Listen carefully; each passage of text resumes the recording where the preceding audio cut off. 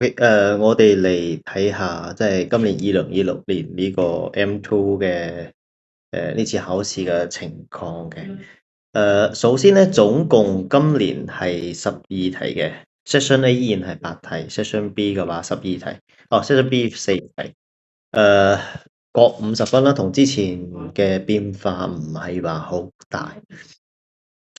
但係總體嚟講咧，即係好多學生都會覺得，哇！今年好多新嘅題型啊！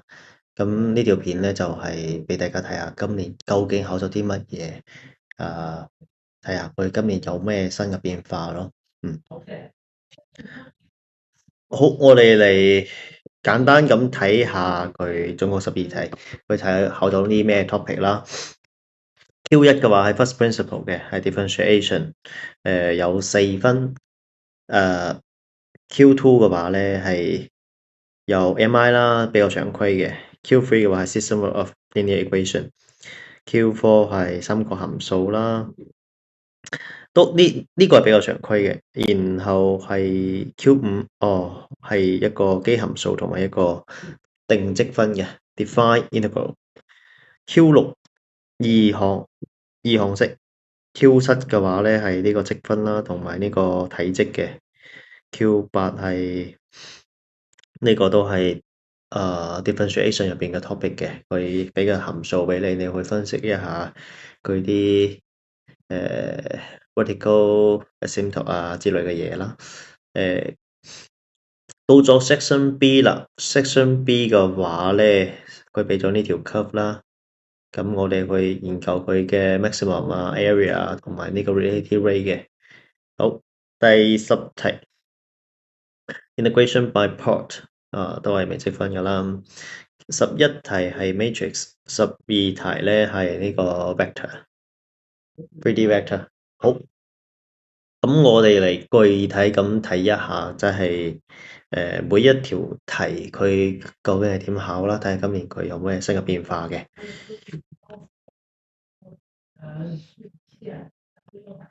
第一題 first principle。呢題嘅話，嗱 x square f(x) 等於 x square 啦，times ln x 問呢個嘢嘅，然後佢嘅關鍵係一個 first principle 嘅。咁好明顯啦，我哋嚟睇下佢套個定義落去啦。咁 f prime x 嘅話係等於 limit h 趨向於0嘅 f 加 h 啦，咁 f(x) over h 嘅呢個大家都識噶啦，呢個比較常規嘅。然之後嘅話，呢一個嘢，咁我哋就係佢啦，咁就會除 h 就變成呢個嘢啦。關鍵係乜嘢咧？就係呢個除咗 h 之後咧，呢個比較乾淨嘅，佢就話 2x ln x 啦。但係第一項嘅話咧，咁呢個嘢好多同學就可能就唔係好熟悉啦。咁我喺呢度簡單咁講下先。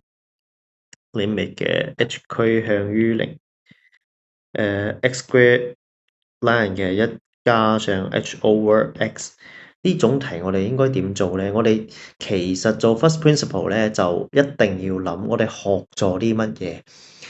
第一種咧係 sin x over x 嘅，第二種嘅話咧係a 嘅 x 次方減1 over x 啦，第三個係呢個1加上 n 分之 x 嘅 n 次方係等於呢個 x 嘅。咁好明顯唔係第一個啦，咁第二個睇落去都唔係好似，咁其實佢考係第三個嘅。當你係咁諗嘅時候咧，你就一定做得到噶啦。咁我哋諗辦法去點去做佢啦。呢個呢度漏咗個 h。首先 x square 係同呢個 limit 冇關嘅，我哋移出去先。咁佢就變成 lion 嘅，先寫個 limit 先。h 趨向於0嘅 x 除分之一嘅 lion 1加上 x。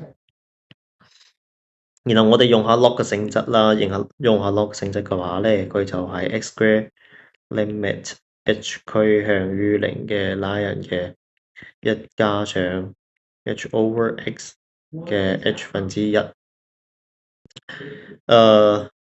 咁好明顯啦，咁我哋用呢個公式嘅話咧，咁我哋要對呢個進行一個轉變。